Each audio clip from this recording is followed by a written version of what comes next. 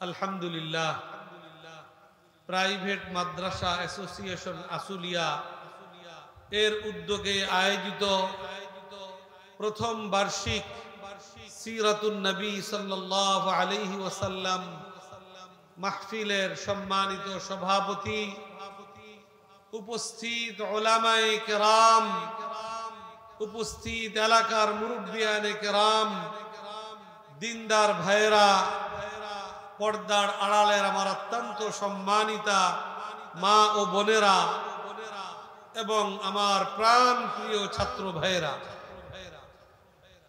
আমাদের প্রথম কর্তব্য মহান রব্বুল আলামিনের দরবারে শুকরগুজারি আদায় করা, যিনি আমাদেরকে এই প্রতিকূল আবহাওয়া উপেক্ষা করে এই সুন্দর নুরানি মুবারক মাহফিলে সমবেত হওয়ার এবং প্রতিকূলতা কাটিয়ে একটি সুন্দর পরিবেশে মাহফিল পরিচালনা করবার এবং আমাদেরকে এখানে আলোচক হিসাবে, শ্রোতা হিসাবে অংশগ্রহণ করবার আল্লাহ পাক যে তৌফিক দান করেছেন, সুযোগ করে দিয়েছেন, এই জন্য দিল থেকে আল্লাহর শুকরিয়া আদায় স্বরূপ আমরা সকলেই বলি আলহামদুলিল্লাহ।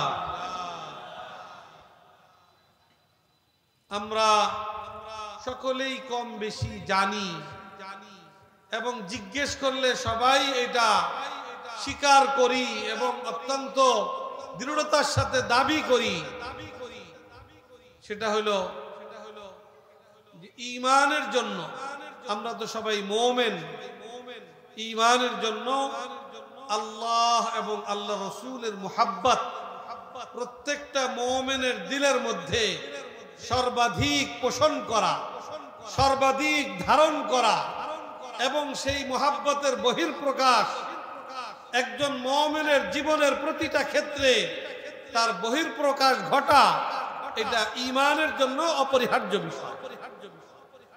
এই ক্ষেত্রে আমরা সবাই দাবি করি দৃঢ়তার সাথে আমাদের প্রত্যেকের মধ্যে, প্রত্যেকের দিলের মধ্যে আল্লাহ এবং আল্লাহ রাসূলের মুহাব্বত আমরা সবাই নিজেদের দিলের মধ্যে পোষণ করি, এই কথা আমরা দাবি করি। তবে অনেক ক্ষেত্রে আমাদের এই দাবির সাথে অসঙ্গতিপূর্ণ অনেক কার্যক্রম, অনেক কর্মকাণ্ড, অনেক বক্তব্য, অনেক চিন্তা চেতনা আমাদের থেকে প্রকাশ পায়। এটা আমাদের শুধরানো দরকার। এটা কোরআনে কারীম আল্লাহ রাব্বুল আলামিন ইরশাদ করেছেন, ওয়াল্লাযীনা আমানু আশাদ্দু হুব্বাল লিল্লাহ, যারা ঈমানদার তাদের দিলের মধ্যে আল্লাহ এবং আল্লাহ রাসূলের মুহাব্বত এটা সর্বাধিক মজবুত ভাবে প্রতিষ্ঠিত থাকে। আল্লাহ রাসূল হাদিসে পাকের মধ্যে ইরশাদ করেছেন, লা ইউমিনু আহাদুকুম হাত্তা আকুনা আহাব্বা ইলাইহি মিন ওয়ালিদিহি ওয়া ওয়ালাদিহি ওয়ান নাসি আজমাইন। আল্লাহ রাসূল ঘোষণা করেছেন যে তোমরা ততক্ষণ পর্যন্ত পরিপূর্ণ মুমিন হিসাবে স্বীকৃতি পাবে না যতক্ষণ পর্যন্ত তোমাদের দিলের মধ্যে আমি আল্লাহ রাসূলের মুহাব্বত, তোমাদের পিতামাতা, তোমাদের সন্তান সন্ততি এবং দুনিয়ার সমস্ত মানুষের চাইতে, সব কিছুর চাইতে আমি আল্লাহ রাসূলের মুহাব্বত তোমাদের দিলের মধ্যে সর্বাধিক না থাকে। কোরআনে কারীমে আল্লাহ পাক আরো বিস্তারিত ভাবে বলেছেন, কুল ইন কানা আবাউকুম ওয়া আবনাউকুম ওয়া ইখওয়ানুকুম ওয়া আজওয়াজুকুম ওয়া আশীরাতুকুম ওয়া আমওয়ালুন ইকতারাফতুমুহা ওয়া তিজারাতুন তাখশাউনা কাসাদাহা ওয়া মাসাকিন তারদাউনাহা আহাব্বা ইলাইকুম মিনাল্লাহি ওয়া রাসূলিহি ওয়া জিহাদিন ফি সাবিলিহি ফাতারাব্বাসু হাত্তা ইয়াতিয়াল্লাহু বিআমরিহি ওয়াল্লাহু লা ইয়াহদিল কওমাল ফাসিকিন। আল্লাহ পাক বলেছেন স্পষ্ট ভাবে, খুব বিস্তারিত ভাবে আল্লাহ পাক মানব জাতির মধ্যে সৃষ্টিগত ভাবে মুহাব্বত এবং ভালোবাসা এটা আল্লাহ তাআলা দিয়ে রাখছেন। শুধু মানব জাতি নয়, অন্য মাখলুকাতের মধ্যেও আল্লাহ তাআলা এই ভালোবাসার মুহাব্বত আল্লাহ তাআলা দিয়ে রেখেছেন। মুহাব্বত এবং ভালোবাসা আল্লাহ প্রদত্ত এক মহা নিয়ামত। এইটা যদি আল্লাহ পাক আমাদের মা বাবার অন্তরে না দিতেন, কোন সন্তান ভালোভাবে তার তরবিয়ত ইয়াফতা হওয়া, সে লালিত পালিত হওয়া, এটা সম্ভবপর হইত। আল্লাহ পাক এই মুহাব্বত আল্লাহ প্রদত্ত এক মহা নিয়ামত। এই মুহাব্বত কয়েক প্রকারের আছে। একটা হলো হুব্বে তবঈ, স্বভাবজাত ভালোবাসা এবং মুহাব্বত। এটা যেরকম সন্তানের প্রতি বাবা মার মুহাব্বত, বাবা মার প্রতি সন্তানের মুহাব্বত এবং ভালোবাসা, এটা আল্লাহ তাআলা মানব জাতির স্বভাবের মধ্যে, মাখলুকাতের স্বভাবের মধ্যে আল্লাহ পাক রেখে দিয়েছে। এই জন্য আমরা দেখি একটা মুরগিও তার বাচ্চাকে কি করে, অনেক মুহাব্বত করে। তার কোনো একটা বাচ্চা এদিক সেদিক হয়ে যায়, সেটা সে সহজে বরদাস্ত করে না। যত প্রাণী আছে, প্রত্যেকটা প্রাণী তার বাচ্চা এবং সন্তানের প্রতি তার ভালোবাসা এবং মুহাব্বত, এটা আমরা স্বচক্ষে প্রত্যক্ষ করি। আর এই ক্ষেত্রে মানব জাতি অনেক বেশি এগিয়ে। আল্লাহ পাক মার অন্তরে সন্তানের যে ভালোবাসা আর মুহাব্বত আল্লাহ পাক দিয়ে রেখেছেন, এটা আমাদের পক্ষে আসলে কল্পনা করাও, আমরা পুরো অনুভব করাও এটা সম্ভবপর না। শুধু মার একটা সন্তানকে লালিত পালিত করা, জন্মের আগের থেকে মা সন্তানের জন্য কষ্ট শুরু করে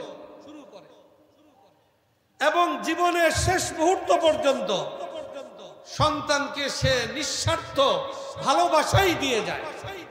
সন্তান মাকে কষ্ট দেয়, মা সেই ভালোবাসা দিয়ে সে কষ্টকে ভুলে যায়। তো যাই হোক, এটা হলো হুব্বে তবঈ, স্বভাবজাত ভালোবাসা। এটা আল্লাহ পাক মানুষের মধ্যে দিয়ে রেখেছেন। আরেকটা ভালোবাসা আছে হুব্বে আকলি, মানুষ তার বিবেক দিয়ে কিছু জিনিসকে ভালোবাসে। যেরকম টাকা পয়সার মুহাব্বত, এটা মানুষের মধ্যে আছে কিনা? আছে। তবে এই ভালোবাসাটা হইলো বিবেকের দ্বারা। যার এখনো আকল বুদ্ধি হয় নাই, যার সেরকম জ্ঞান বুদ্ধি এখনো হয়নি, তার কাছে কিন্তু টাকা পয়সার ওই গুরুত্ব নাই যেই গুরুত্ব যার জ্ঞান বিবেক সম্পন্ন মানুষের কাছে যতটা তার গুরুত্ব রয়েছে। একটা ছোট্ট বাচ্চা যে এখনো জ্ঞান বুদ্ধিতে পরিপক্ক হয় নাই, তার হাতে যদি 1000 টাকার নোট থাকে আর আপনি যদি 1 টাকার একটা চকলেট তাকে লোভ দিয়া ওই 1000 টাকার নোট তার থেকে নিয়ে যেতে চান, এটা সম্ভবপর কিনা? কারণ ওই সন্তানের মধ্যে টাকার গুরুত্ব আর মুহাব্বত এটা তার ভিতরে নাই। কারণ টাকার ভালোবাসা আর মুহাব্বত আসে হইলো জ্ঞান বিবেকের তাড়না। জ্ঞান বুদ্ধি যার মধ্যে নাই, তার কাছে টাকা পয়সার কি নাই, কোনো গুরুত্ব আর ভালোবাসার মুহাব্বত নাই। তো টাকারও একটা মুহাব্বত আছে, তবে সেটা হলো হুব্বে আকলি। আরেকটা মুহাব্বত আছে, সেই মুহাব্বতের নাম হলো হুব্বে ঈমানি। হুব্বে ঈমানি হলো ঈমানের তাকাজা পূরণে ভালোবাসা। এই ভালোবাসার সামনে অনেক সময় মা বাপ তুচ্ছ হয়ে যায়, সন্তান তুচ্ছ হয়ে যায়। সাহাবায়ে কেরামের জিন্দেগির মধ্যে যদি আমরা লক্ষ্য করি, আমরা দেখতে পাই যে পিতামাতা, সন্তান সন্ততি আল্লাহ এবং আল্লাহ রসুলের মোকাবেলায় তাদের সামনে তুচ্ছ ছিল। কত যুদ্ধের কত ঘটনা। এবং আল্লাহ পাক কোরআনে পাকের মধ্যে এবং রসুলে পাক সাল্লাল্লাহু আলাইহি ওয়াসাল্লাম হাদিসে পাকের মাধ্যমে আমাদের উপরে আল্লাহ এবং আল্লাহ রসুলের ভালোবাসা এবং মুহাব্বতের যে দায় দায়িত্ব আমাদের উপর অর্পণ করেছেন, সেটা হলো হুব্বে ঈমানি।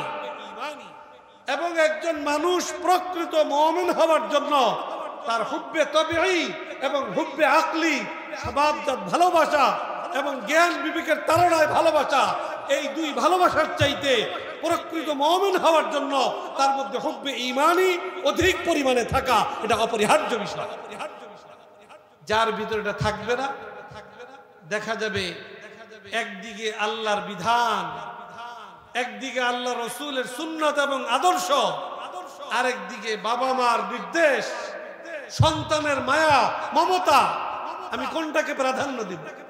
যার ভিতরে প্রকৃত ঈমান আছে সে আল্লাহর নির্দেশনা, আল্লাহ রসুলের আদর্শকে, পিতা মাতা সন্তান সন্ততি সব কিছুর মোকাবেলায় সে আল্লাহর নির্দেশনাকে, আল্লাহ রসুলের আদর্শ তার কাছে প্রাধান্য পাবে। সাহাবায়ে কেরাম যার নমুনা পেশ করে গেছেন, সাহাবীদের মধ্যে একজন বিশিষ্ট সাহাবী ছিলেন হযরত যায়েদ ইবনে দাসিনা রাদিয়াল্লাহু তাআলা আনহু।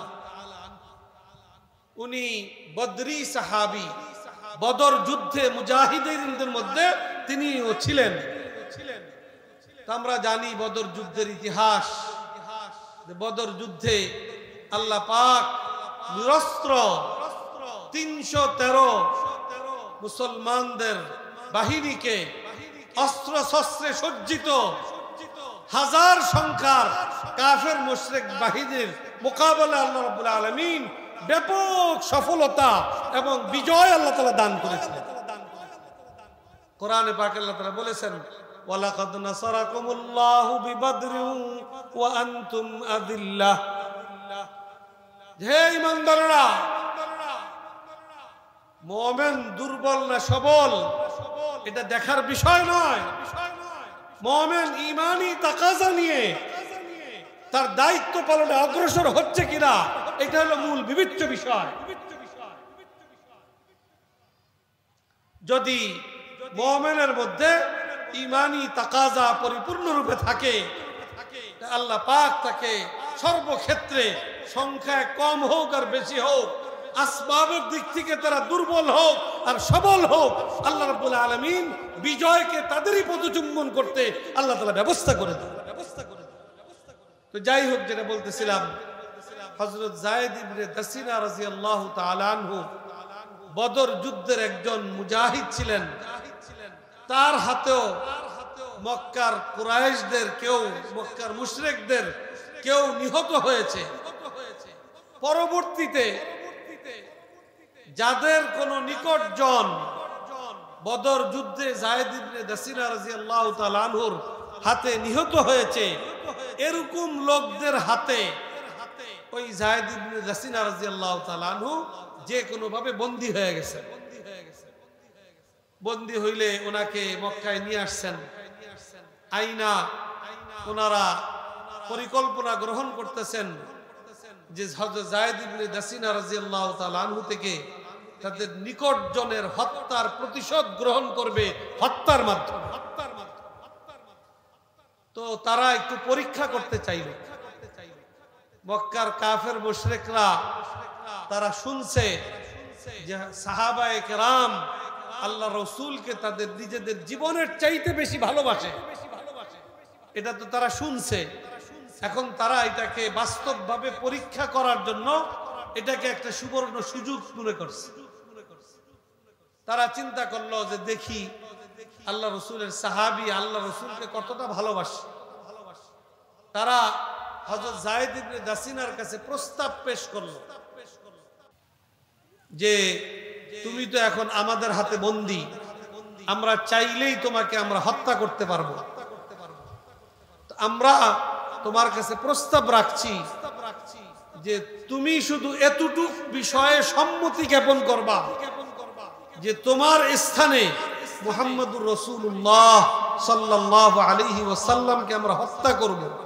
ওনাকে তারা নাই, উনি তো আর আমাদের নিয়ন্ত্রণে নাই, তুমি শুধু এই কথাটুকুর উপরে সম্মত হইবা, এটা যদি হও তাহলে আমরা তোমাকে মুক্ত করে দেব। যায়েদ ইবনে দাসিনা রাদিয়াল্লাহু তাআলা আনহুর সম্মুখে যখন এই প্রস্তাব পেশ করা হয়েছে, যায়েদ ইবনে দাসিনা রাদিয়াল্লাহু তাআলা আনহু হুঙ্কার ছেড়ে তাদেরকে বলেছেন, স্পষ্ট ভাষায় জবাব দিয়েছেন। হযরত মুহাম্মদুর রাসূলুল্লাহ সাল্লাল্লাহু আলাইহি ওয়াসাল্লামের হত্যার ব্যাপারে সম্মতি জ্ঞাপন করা তো অনেক দূরের কথা, আল্লাহ রাসূলের পায়ে একটা কাঁটা ফুটবে আর এর বিনিময়ে যায়েদ ইবনে দাসিনা তার জীবনকে রক্ষা করবে, এটাতেও যায়েদ ইবনে দাসিনা সম্মত নয়। এইভাবে হযরত যায়েদ ইবনে দাসিনা রাদিয়াল্লাহু তাআলা আনহু আল্লাহ রাসূলের প্রতি তার ভালোবাসার প্রদর্শন, ভালোবাসার স্বীকৃতি ওই মক্কার কাফের মুশরিকদের সামনে স্পষ্ট ভাষায় তিনি ব্যক্ত করেছেন। এটা ছিল সাহাবায়ে কেরামের মধ্যে রাসূল পাক সাল্লাল্লাহু আলাইহি ওয়াসাল্লামের মুহাব্বত এবং ভালোবাসার বহিঃপ্রকাশ। এগুলো আমাদের জন্য নমুনা, এগুলো আমাদের সামনে রাখতে হবে। অনেক সময় অনেক প্রতিকূল পরিস্থিতি আসে, আলহামদুলিল্লাহ প্রতিকূলতাকে কোনোভাবে কাটাইয়া অনুকূল পরিবেশের অপেক্ষায় থাইকা যখন অনুকূল পরিবেশ আসে তখন তো শুকরিয়া আদায় করা সহজ, কিন্তু প্রতিকূল পরিস্থিতিতে আদর্শের উপরে কঠিন পরিস্থিতিতেও আল্লাহ এবং আল্লাহ রাসূলের পথে টিকে থাকা এটা অনেকের জন্য অনেক কষ্টকর, অনেক কঠিন। আলহামদুলিল্লাহ এখন বর্তমানে আমরা একটা অনুকূল পরিস্থিতি পরিবেশ আমরা পেয়েছি, অনুকূল পরিবেশের মধ্যে আমরা কাটাচ্ছি। বিগত দিনের পরিস্থিতিতে এমন ছিল অনেক জায়গায় সিরাতুন নবী মাহফিল করাটাও অসম্ভবপর ছিল। আল্লাহ তাআলা একটা অনুকূল পরিবেশ দিয়েছেন।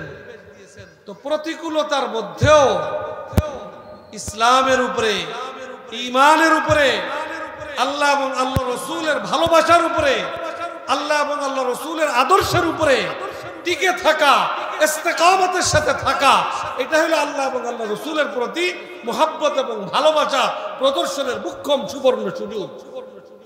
আমাদেরকে সেটা নিজেদের মধ্যে ধারণ করতে হবে। আজকের এই আয়োজন প্রাইভেট মাদ্রাসা অ্যাসোসিয়েশন আশুলিয়ার পক্ষ থেকে। এইখানে ব্যাপকভাবে আমাদের মাদ্রাসার ছাত্র ভাইরা উপস্থিত আছেন। আমাদের এই ছাত্রদেরকে ছোট্ট বয়স থেকে তাদেরকে এই শিক্ষা দিতে হবে, এই উদ্দীপনা তাদের মধ্যে তৈরি করতে হবে। একজন মুমিনের সফলতা আল্লাহর জন্য, আল্লাহর দ্বীনের জন্য, আল্লাহর হাবিবের আদর্শকে সমুন্নত রাখার জন্য নিজের জীবনকে উৎসর্গ করতে পারা, এটাই একজন মুমিনের চরম সফলতা। এগুলা তাদেরকে শিক্ষা দিতে হবে। ছোট বয়স থেকেই তাদের কচি দিলের মধ্যে এগুলাকে বসায় দিতে হবে। এটা আমাদের দায়িত্ব এবং কর্তব্য। তাদেরকে প্রকৃত খাবিকি মুমিন হিসাবে, একজন প্রকৃত হাফেজে কোরআন, কোরআনের ধারক বাহক, আলেমে দ্বীন, ওয়ারিসে নবী হিসাবে তাদেরকে গড়ে তুলতে হবে। তাদের জিম্মাদারির ইহসাস আর অনুভূতি তারা ছোট্ট থেকেই যেন আস্তে আস্তে আস্তে আস্তে নিজেদের মধ্যে ধারণ করে, লালন করে তাদের এই ছাত্রত্ব এবং ছাত্র জীবন তারা সমাপ্ত করতে পারে। কখনো অনুকূল পরিবেশ আসবে, কখনো প্রতিকূল পরিবেশ আসবে। একজন মুমিনের জন্য অনুকূল পরিবেশ যেরকম তার জন্য সফল কামের একটা সহজ রাস্তা, প্রতিকূল পরিবেশে যে তার সফলতা আরো বেশি তার মধ্যে সে লক্ষ্য করতে পারে। এটা আমাদেরকে, আমাদের ছাত্রদেরকে সেভাবে গড়ে তুলতে হবে। আল্লাহ পাক আমাদেরকে সেই তৌফিক দান করুন। যাই হোক, আমি যেটা বলতেছিলাম যে আল্লাহ পাক মানব জাতির মধ্যে বিশেষ করে হুব্বে তবঈ স্বভাবজাত ভালোবাসা, হুব্বে আকলি জ্ঞান বিবেকের তাড়নায় ভালোবাসা, আর মুমিন হিসাবে ঈমানি ভালোবাসা, আল্লাহ পাক সবটারই যোগ্যতা আল্লাহ তাআলা আমাদেরকে দিয়েছেন এবং আমাদের উপরে দায়িত্ব অর্পণ করেছেন যে আমরা যেন হুব্বে ঈমানিকে, হুব্বে তবঈ স্বভাবজাত ভালোবাসা আর হুব্বে আকলি জ্ঞান বিবেকের তাড়নায় ভালোবাসার উপরে আমরা হুব্বে ঈমানিকে প্রাধান্য দিতে অভ্যস্ত হই। আমরা তার জন্য যেন সচেষ্ট হই। আল্লাহ এবং আল্লাহ রাসূল আমাদেরকে সেই নির্দেশনা দিয়েছেন।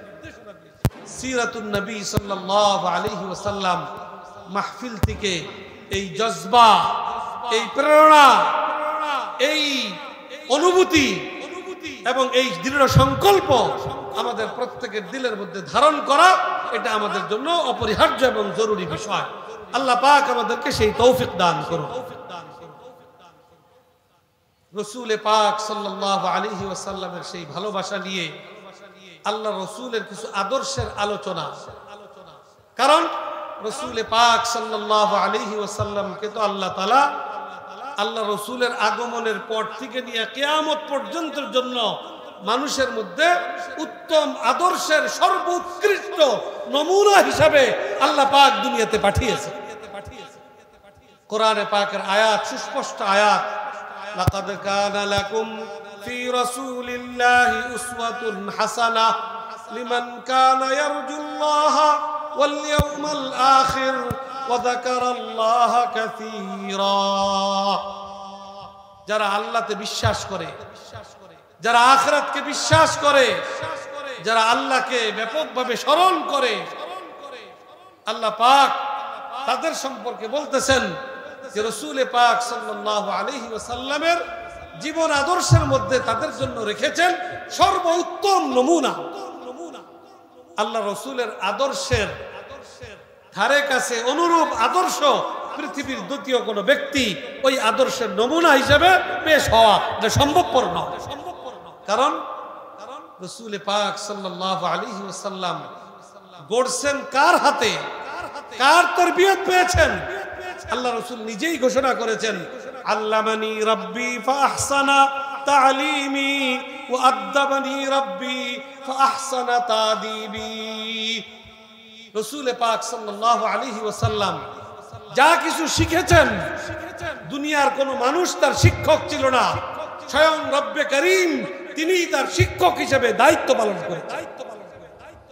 তিনি যত তরবিয়ত অর্জন করেছেন, তিনি চারিত্রিক সর্বোৎকৃষ্ট উৎকর্ষতা নিজের মধ্যে অর্জন করেছেন।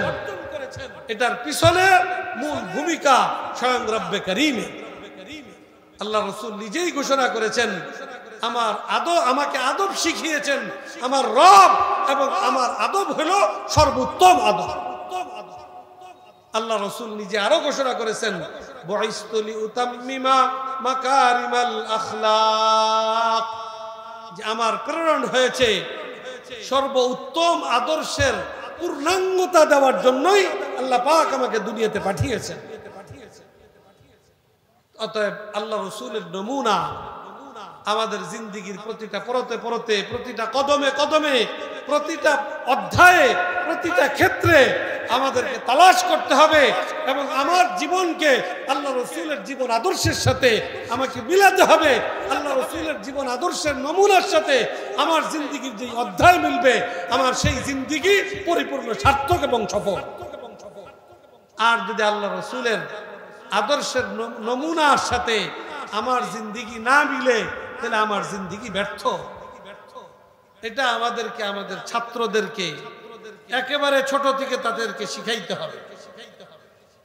প্রতিটা কাজ নবী করিম সাল্লাল্লাহু আলাইহি ওয়াসাল্লামের সুন্নত তরিকা মতো করার গুরুত্ব এবং এটা সর্বাধিক সফলতার পথ, এটা প্রত্যেকটা ছাত্রর একেবারে ছোট্ট বয়স থেকে তার দিল দিমাগের মধ্যে, তার চিন্তা চেতনার মধ্যে ঢুকায় দেওয়া যে শিক্ষক হিসাবে আমাদের দায়িত্ব এবং কর্তব্য।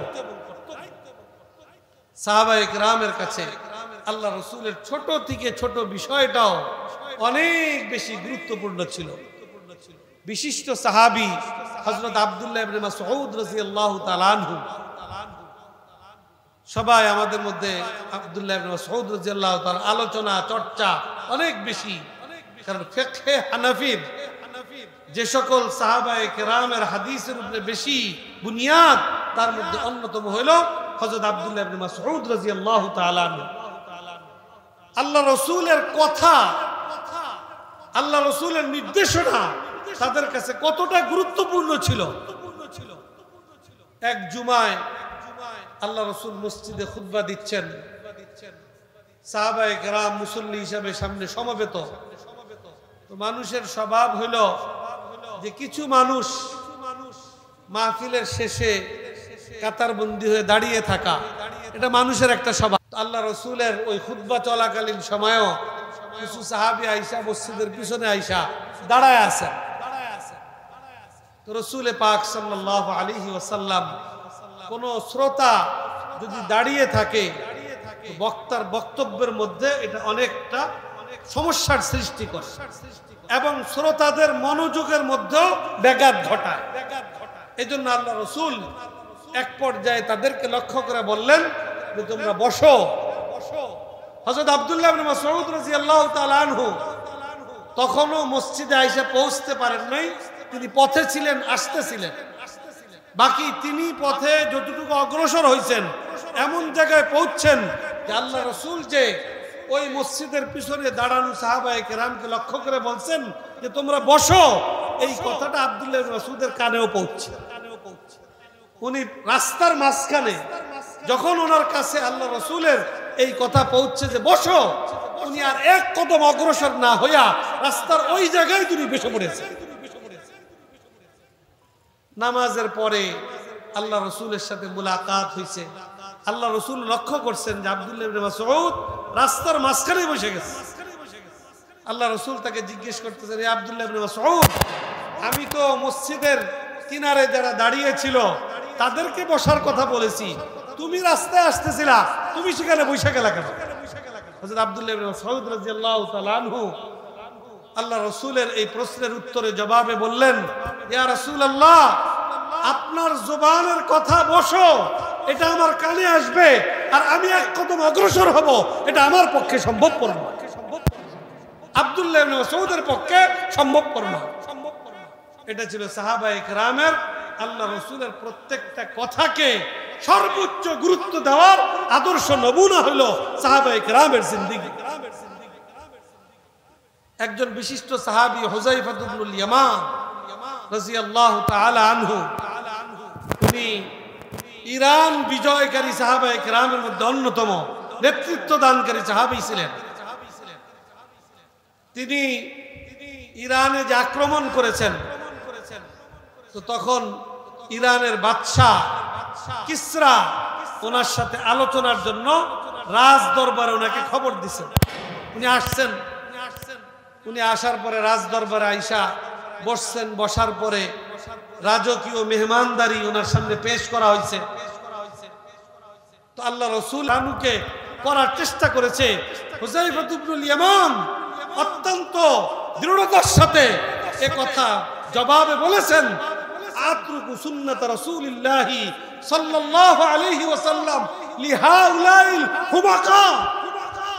তুমি আমাকে এই পরামর্শ দিচ্ছ যে আমি আমার হাবিব, যাকে আমি আমার প্রাণের চাইতে বেশি ভালোবাসি, যার আদর্শের অনুসরণ আমার দুনিয়া এবং আখিরাতের সফলতার একমাত্র গ্যারান্টি এবং পথ, সেই হাবিবের সুন্নাত আমি পরিত্যাগ করব, এই সকল আহমকদের কারণে এটা আমার পক্ষে কখনো সম্ভবপর নয়। এটা ছিল সাহাবায়ে কেরাম রাসূল পাক সাল্লাল্লাহু আলাইহি ওয়াসাল্লামের ছোট বড় প্রত্যেকটা কথা, তার প্রত্যেকটা আদর্শকে নিজেদের জীবনে সর্বোচ্চ গুরুত্ব দিয়ে ধারণ করা, এটা ছিল সাহাবায়ে কেরামের জিন্দেগীর বিশেষ বৈশিষ্ট্য। আমরা ছাত্র গড়ার জিম্মাদারি নিয়ে মাদ্রাসায় বসেছি। আমরা এখানে শতাধিক মাদ্রাসার জিম্মাদার আছি। সেই শতাধিক মাদ্রাসার শত শত তালেবে ইলম এবং ছাত্র ভাইরা এখানে আছে। আমাদেরকে এই জজবা নিজেদের মধ্যে ধারণ করতে হবে যে আমরা কোন শিক্ষা দেওয়ার জন্য আমরা এই মাদ্রাসা শিক্ষা প্রতিষ্ঠান গড়ে তুলছি। আমরা কি আল্লাহ রসুলের রেখে যাওয়া সেই শিক্ষা ব্যবস্থা, আল্লাহ রসুলের আনত আল্লাহর পক্ষ থেকে ওয়াহিদ শিক্ষা ব্যবস্থা, সেই শিক্ষাকে সমাজে মজবুত ভাবে এগিয়ে নিতে চাই না আমরা এই সমাজের অনিসলামিক শিক্ষা দ্বারা প্রভাবিত আমাদের ছাত্র গড়তে চাই? এটা আমাদের সিদ্ধান্ত নেওয়ার বিষয়। আমাদেরকে অত্যন্ত দৃঢ়তার সাথে বুঝে শুনে এক নম্বরে নিজেদেরকে আল্লাহ রসুলের আদর্শ, আল্লাহ রসুলের তালিমাত, আল্লাহ রসুলের হেদায়াত, আল্লাহ রসুলের নির্দেশনা, আল্লাহ রসুলের ছোট বড় প্রত্যেকটা আদর্শ এক নম্বরে নিজেদের জীবনে ধারণ করতে হবে। আর প্রত্যেকটা শিক্ষক আল্লাহ রাসূলের আদর্শে আদর্শবান হইয়া আমাদের ছাত্রদের সামনে নমুনা হিসাবে পেশ হইতে হবে। তাইলে সেই মাদ্রাসা হবে প্রকৃত আল্লাহ রাসূলের আদর্শে আদর্শবাদ মাদ্রাসা। এই সাথে আমি আরেকটা কথা, এই প্রাইভেট মাদ্রাসা অ্যাসোসিয়েশন এই দিকে লক্ষ্য করা একটু এই মাদ্রাসার জিম্মাদারদেরকে দৃষ্টি আকর্ষণ করব যে এই মাদ্রাসার শিক্ষার মূল বিষয়বস্তু কোরআন এবং সুন্নাহ। কোরআন সুন্নাহর শিক্ষা, এটা যেন কোনো ধরনের ব্যবসায়িক মনোভাব নিয়ে পরিচালনা না করা হয়, এইটা এই শিক্ষা প্রতিষ্ঠান সংশ্লিষ্ট দায়িত্বশীলদের অন্যতম জিম্মাদারি এবং কর্তব্য। এই কর্তব্যের ক্ষেত্রে যেন আমাদের মধ্যে কোনো ব্যতিক্রম না হয়। আমরা অনেক বড় জিম্মাদারি নিয়ে বসেছি। আল্লাহ রাসূল উম্মতের সামনে নিজের যে কয়টি পরিচয় তুলে ধরেছেন অত্যন্ত গুরুত্বের সাথে, তার মধ্যে অন্যতম পরিচয় হলো বুইস্তু মুআল্লিমা, আমি উম্মতের শিক্ষক রূপে প্রেরিত হয়েছি। আমরা এই শিক্ষা প্রতিষ্ঠান আল্লাহ রাসূলের দেওয়া সেই শিক্ষা ব্যবস্থা, শিক্ষা প্রতিষ্ঠান গড়ে তোলার মাধ্যমে আমরাও কিন্তু সেই মানসাবে নিজেদেরকে বসিয়েছি। অতএব আল্লাহ রাসূলের তালিমাতের সাথে, তার চিন্তা চেতনার সাথে, তার আদর্শের সাথে আমাদের যেন সামঞ্জস্য থাকে, আমাদের যেন মিল থাকে, সেখানে যেন অমিল দেখা না যায়, এটা আমাদের নিজেদের মধ্যে খুব মজবুতভাবে ধারণ করা, এটা আমাদের পথ চলা কামিয়াবির জন্য, আমাদের প্রকৃত সফলতার জন্য এটা পূর্ব শর্ত। অতএব আমি আলহামদুলিল্লাহ এখানে অনেক ওলামায়ে কেরাম চলে আসছেন। আমি আমার আলোচনার দীর্ঘায়ু না করে আমি আলোচনা যা করলাম সেটা সারাংশ আপনাদের সামনে পেশ করে আমার কথা শেষ করব। এক নম্বর কথা বলেছি, আল্লাহ পাক অনেক বড় এক নেয়ামত, মুহাব্বত, ভালোবাসা আল্লাহ পাক আমাদেরকে দিয়েছেন এবং সেই ভালোবাসার সর্বোচ্চ পর্যায়টা আল্লাহ এবং আল্লাহ রাসূলের জন্য নিবেদিত করবার দায়িত্ব আমাদের উপর অর্পণ করেছেন। আমরা যেন জীবনের প্রতিটা ক্ষেত্রে, প্রতিটা পর্বে, প্রতিটা কদমে, প্রতিটা শ্বাসে শ্বাসে আল্লাহ এবং আল্লাহ রাসূলের প্রতি সেই ভালোবাসা প্রদর্শনে আমরা যেন পিছপা না হই, আমরা যেন এগিয়ে যেতে পারি, আমাদের ছাত্রদেরকেও যেন সেই শিক্ষা দিয়েই তাদেরকে গড়ে তুলতে পারি, এটা আমাদের এক নম্বর কর্তব্য। দুই নম্বর, আল্লাহ রাসূলের পুরা জিন্দেগিটা আমাদের জন্য নমুনা। আমরা এই মাদ্রাসা প্রতিষ্ঠার মাধ্যমে আল্লাহ রাসূলের সেই দেওয়া শিক্ষা এবং আদর্শ শিখানোর জন্যই আমরা প্রতিষ্ঠান গড়ে তুলেছি। অতএব আল্লাহ রাসূলের ছোট বড় প্রত্যেকটা হেদায়াত, প্রত্যেকটা আদর্শ এবং তালিম এটা যেন আমাদের কাছে গুরুত্বপূর্ণ বিবেচিত হয়। দুনিয়ার এই সামাজিকতা রক্ষা করতে গিয়ে, দুনিয়ার মানুষের মন জয় করতে গিয়ে আমরা যদি আল্লাহ রাসূলের দিলের মধ্যে আঘাত না দেই, আল্লাহ রাসূলের আদর্শ আমাদের কাছে যেন ছোট হিসাবে বিবেচিত না হয়, এটা আমরা অত্যন্ত গুরুত্বের সাথে জীবনের প্রতিটা পর্বে, অনুকূল আর প্রতিকূল সর্বাবস্থায় আমরা যেন আল্লাহ রাসূলের আদর্শকে সর্বোচ্চ গুরুত্ব দেওয়ার একটা তাকিদ আমরা নিজেরা অনুভব করি, আমাদের ছাত্রদের দিলের মধ্যে সেটাকে বসায় দিতে পারি, এটা হবে আমাদের জীবনের বড় সার্থকতা। আর তিন নম্বর কথা বলছি, কোরআন সুন্নাহর তালিম এটা কোনো ব্যবসায়িক পণ্য নয়, এটা করতে হবে আল্লাহর সন্তুষ্টির জন্য, সমাজ বিনির্মাণের সুদূর প্রসারী চিন্তা এবং পরিকল্পনা নিয়েই আমাদেরকে শিক্ষা প্রতিষ্ঠান গড়ে তুলতে হবে। ব্যবসায়িক কোনো মনোভাব আমাদের দিলের মধ্যে যেন, দিলের কোনায় যেন স্থান না পায়, এই বিষয়টা আমাদেরকে বিশেষভাবে লক্ষ্য রাখতে হবে। এই তিনটা কথা আমার আলোচনার মূল সারাংশ। আমি তিনটা বিষয় আপনাদের সকলের দৃষ্টি আকর্ষণ করে আমার আলোচনা এখানে শেষ করছি। আমি আগামী দিনে এই প্রাইভেট মাদ্রাসা অ্যাসোসিয়েশন আশুলিয়া এবং এর অধীন প্রত্যেকটা মাদ্রাসা বা প্রতিষ্ঠান এর উন্নতি, অগ্রগতি, সাফল্য কামনা করে আমার আলোচনা এখানে শেষ করছি। ওয়া আখিরু দাওয়ানা আলহামদুলিল্লাহি রাব্বিল আলামিন।